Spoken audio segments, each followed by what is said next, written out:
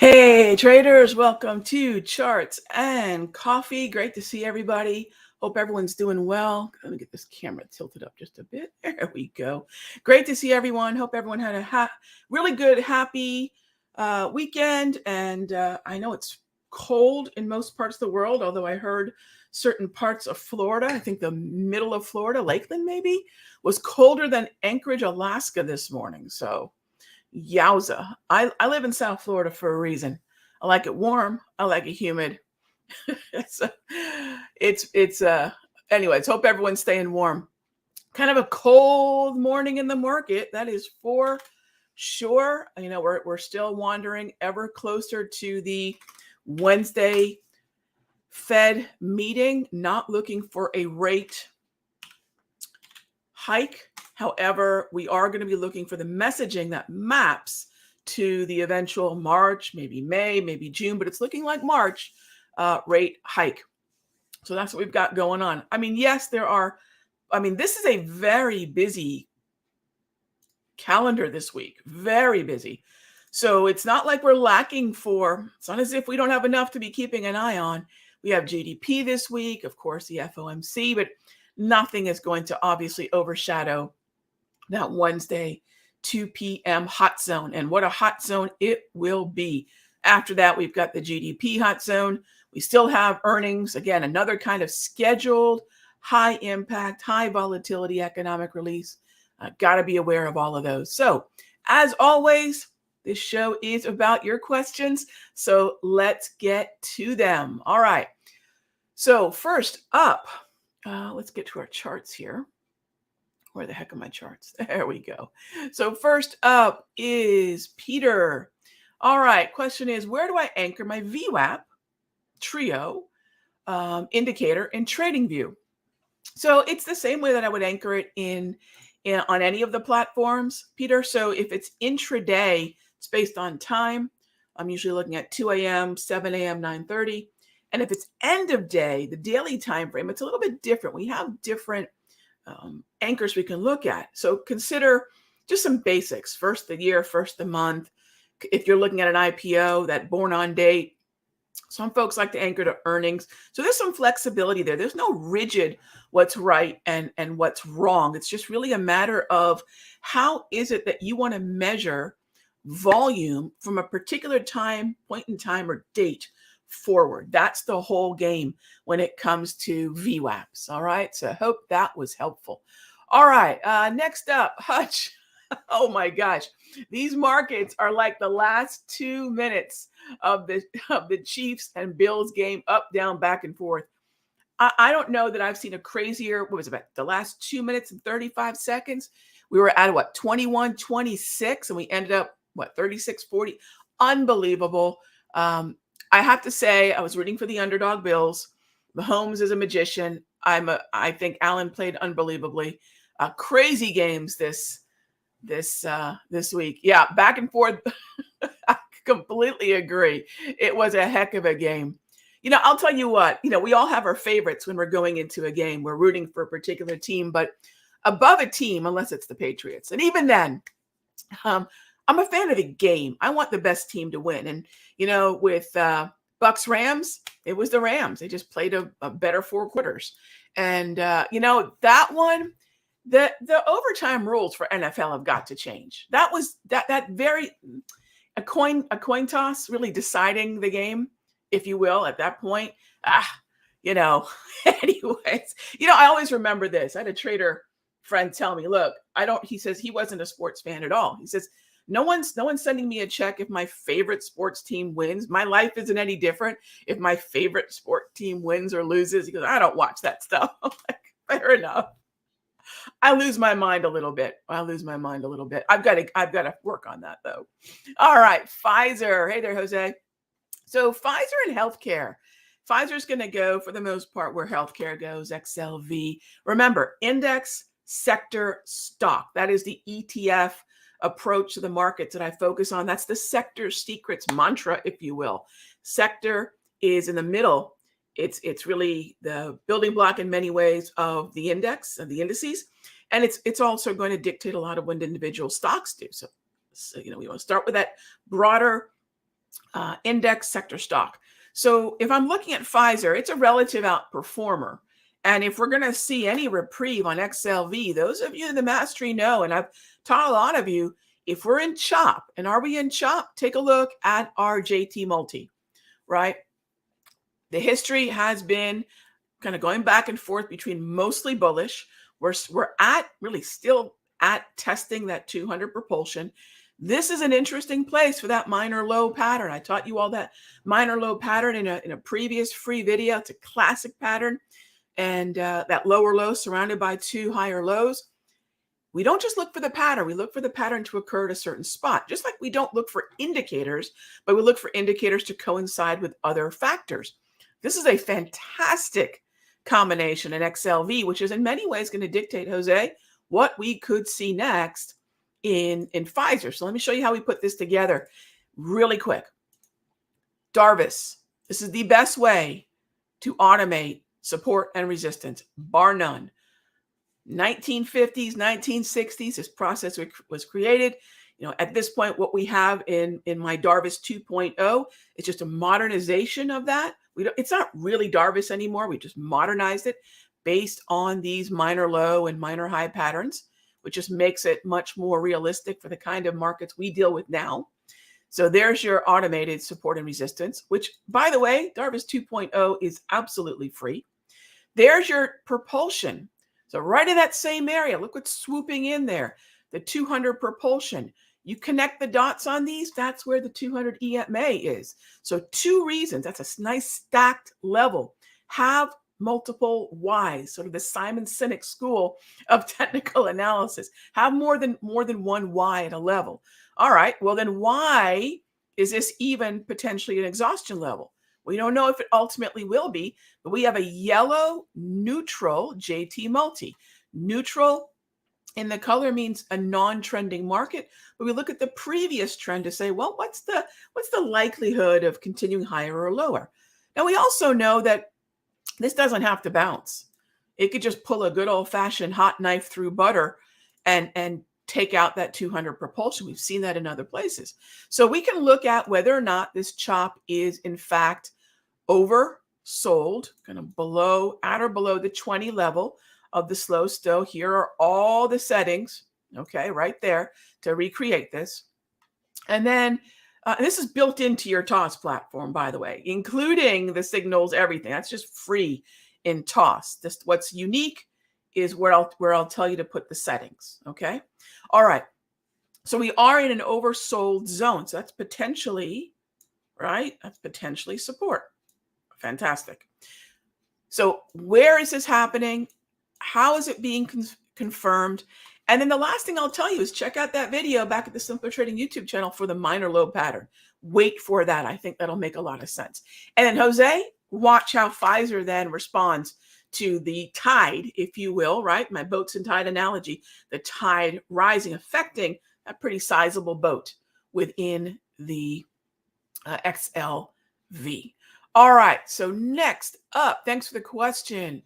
All right, next up, we've got Line Watcher asks, when is this bloodbath going to stop?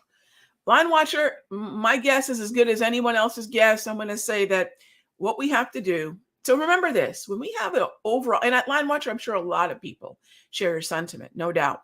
So think of it this way. In CHOP, which at the broader index level, believe it or not, we are still in. Now, I believe that if you look at the ES, and this is through visual, this is not my feelings or my gut. What I believe by interpreting what's in front of me still, we're testing that 200, but we're also testing that 200 with the Federal Reserve basically less than 72 hours away. So we know that could be a significant catalyst because of the impact of that hot zone at FOMC day. We know that could be a catalyst for an oversold bounce. Let's take a look at what's happened Last time we were in this area, this is where the automation of support and resistance. This is why I encourage everyone to have this. This is one of the 4 TOPS tools. Some of you might remember TOPS. This is a class I did way back in 2017. This is the foundation for everything. TOPS is the wave, the grab, the Darvis 2.0, and propulsion. This is the foundation for everything that I do. And then we kind of, in a hierarchy, we layer on volume tools. We layer on time and volatility, right? So get the foundation on the chart. By the way, this will work with everything that you have. If you've purchased a premium indicator from Simpler, this will not, other than 10X, because 10X is also a color-coded candle approach. But other than that, it works with everything. And if you're a momentum trader, I would recommend 10X, of course. But if you're looking at the underlying market structure, that's where the grab candles come in. So it's not an either or. It's what do I need to understand about the market. So then once you've got the foundation of TOPS, which is available over at the Countdown Trader, countdowntrader.com, get that layout. In fact, if you're in the options room, futures room, or my Sector Secrets Mastery, I'm going to share the layout. So you have these basic tools on your chart with the settings that I've shared. Everything from MACD to a CCI to a slow stochastic. So you can reproduce it much easier. That being said, we have some zones that could hold. Considering the week that's coming, it's probably not a bad idea to wait over sold stochastic, neutral, underlying trend of the market. Fantastic support. It is troubling. We're south of the 200, but we can wait for a minor low all the same. The one index that's probably bearish, and it makes sense why it would be bearish. We know what's happening with the 10-year yield, right? We know how sensitive tech is. And I think in an upcoming notes, I'll explain my reasoning. Look, everyone's got their reasoning. I'll explain my reasoning for why I think yields and tech move the way they do, and you can take from it what you will. We'll probably do that later this week. But what I do know, in that color-coded simplicity, what do we have? Red over red. So this is distinctly different. That reading of the underlying trend. What does red over red mean? Upper row, momentum. Lower row, trend. This is bearish over bearish. Red over red. Take a look at the Dow. Red over yellow. Bearish momentum, no doubt. Yellow neutral market trend. That's exactly what we see on the ES. In CHOP, we've got to get very specific about the indices, about the sectors, about the stocks. In fact, one of the kind of the jargon that I want to take out of my, and I think we all do it, is talk about the markets, right? There's no such thing as the markets, right? We want to remember indices can move independently from one another. Sectors can move independently from one another. In a rising tide, that overall the market approach, that's fine. But in CHOP, in downtrends, we've got to get specific. And when we get specific, we will empower ourselves to make, I think, more clear decisions about where there's strength, where there's weakness, and where we can take advantage of really clear market structure, right? At the end of the day, market structure is everything. Charles Dow taught us this 140 years ago, right? With the 4 market behaviors, the 4 market trends. So when I talk about structure, I'm talking about Dow theory, right? We all stand atop the shoulder of giants. Just some folks just forget that, hey, this is where it came from. Why not study the source? I'm a big fan of that. So that is how I'm looking at it. Is it time to buy the dollar, David? So here's the way I'm going to look at the dollar. Anytime we talk about the dollar, my movement forward, David, and terrific question. My movement forward is going to be, let's short the euro. Why? Because the dollar DX, the dollar UUP is a basket. It's a basket of currencies traded against the dollar. So it's primarily euro, yen, pound, and then even less fairy dusting of Canadian dollar and franc and krona. So if I know that 58%, nearly 58% of the dollar index is euro, this is the primary relationship. Dollar heads higher, euro heads lower. It's the strongest, most consistent negative or inverse correlation there is in any market. With that being said, what I want to do is focus on overbought shorts in this neutral environment. So let's start with the structure, right? JT multi. We know we're neutral mostly for the right now. You can see the neutral. This is the trend. And we're actually getting just neutral here. And before that, it was a little bit bullish in the momentum. So the lower row is what I'm looking at for the trend. The upper one's going to change a little bit more because it's momentum. Momentum can be neutral, bullish, bearish, and still not necessarily affect the trend. That's why we separate them out. I think those 4 moving averages are extremely powerful. They're the most popular here within the simpler trading community. The only difference is I don't want them fully stacked. I want to separate the 8, 13, 21 from the 34, which is why you see our trade flags and or JT multi history separating those out. Okay, now that you know what you're looking at there, we know the structure a la Charles Dow. Now we want to ask ourselves, all right, if this is mostly bearish, thank you, red trend preceding the neutral yellow trend, what do we want to do? Well, we could do a couple things. We can focus on, as long as this is yellow, we can focus on right here. Take a look at your overbought resistance plus 80. Now, I've talked a little bit about 80 and 75 and 70 and the different ways that you can move the overbought and the oversold levels. I will recommend not to do that because what happens is a lot of new traders, they tend to move to a more aggressive 70, which if you're conscious of why you're doing that, it's no problem. Or they'll move the lower to a more aggressive 30. What they're doing unknowingly is they're getting up into the overbought territory quicker, but they're actually delaying the signal on the way back down, right? So what happens is it's a little aggressive. So unless you know it's aggressive, right? Unless you're aware of that setting, you're not going to know why an indicator is doing what it's doing, which is why I love to share any indicator that I create or teach with full transparency. Otherwise, you don't know why the secret squiggle is doing what it's doing, right? Okay, so then here we are getting back down through 80. That's where those signals kick in.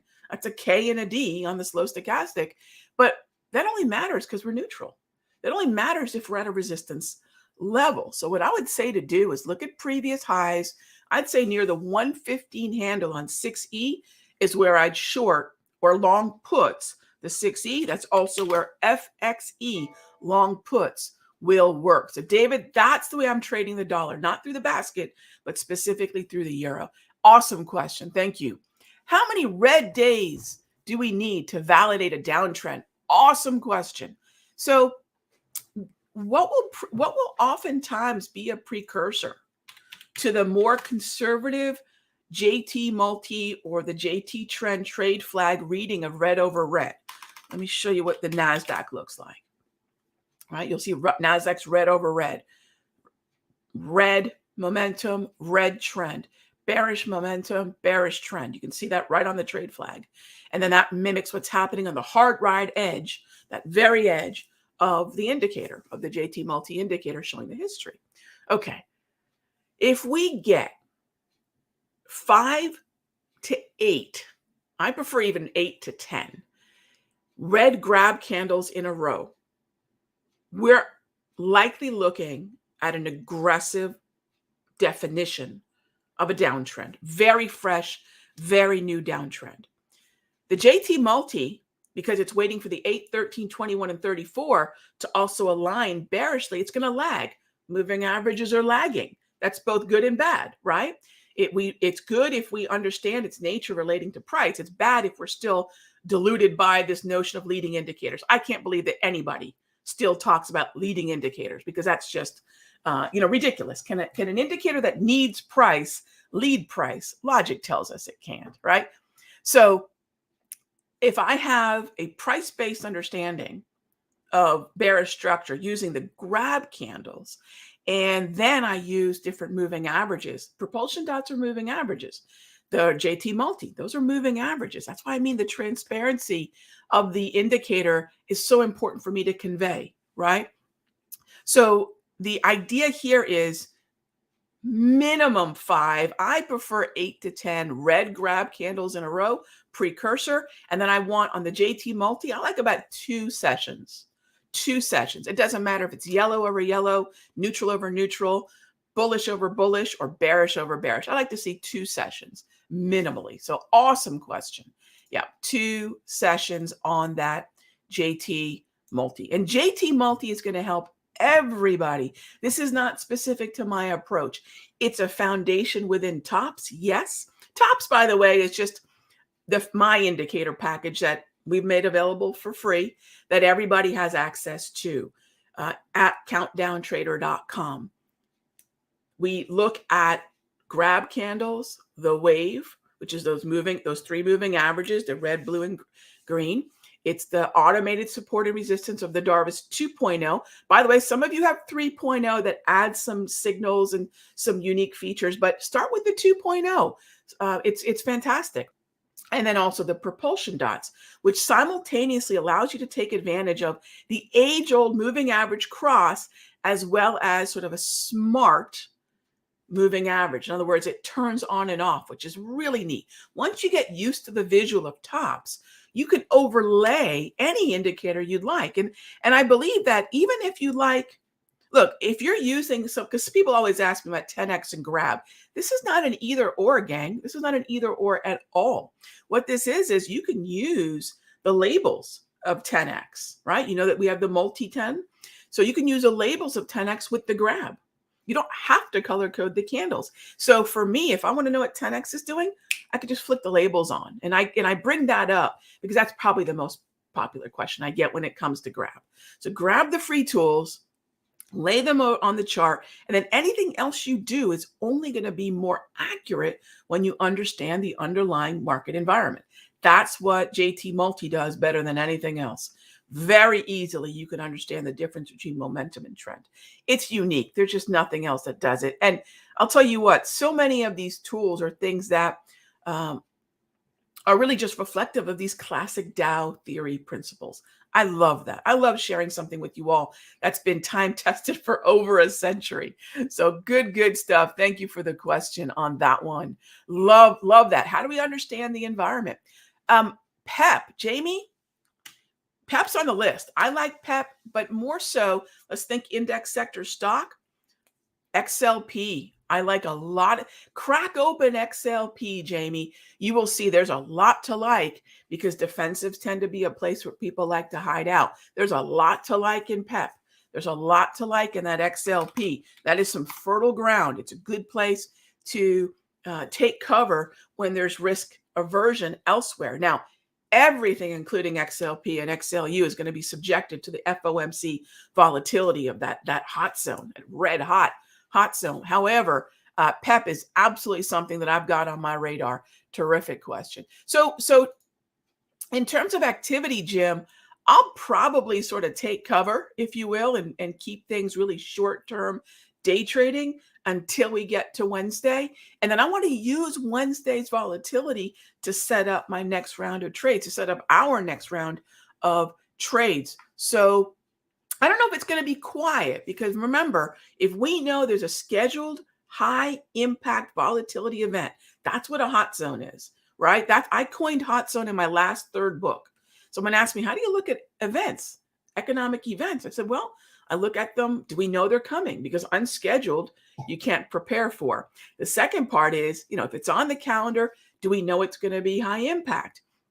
So then I realized these are not just any kind of economic release. Earnings are that. FOMC is that. Non-farm payroll is that. Initial claims for a time was a pretty impactful hot zone. Any central bank, for that matter. Crude oil inventories is a hot zone for crude oil, right?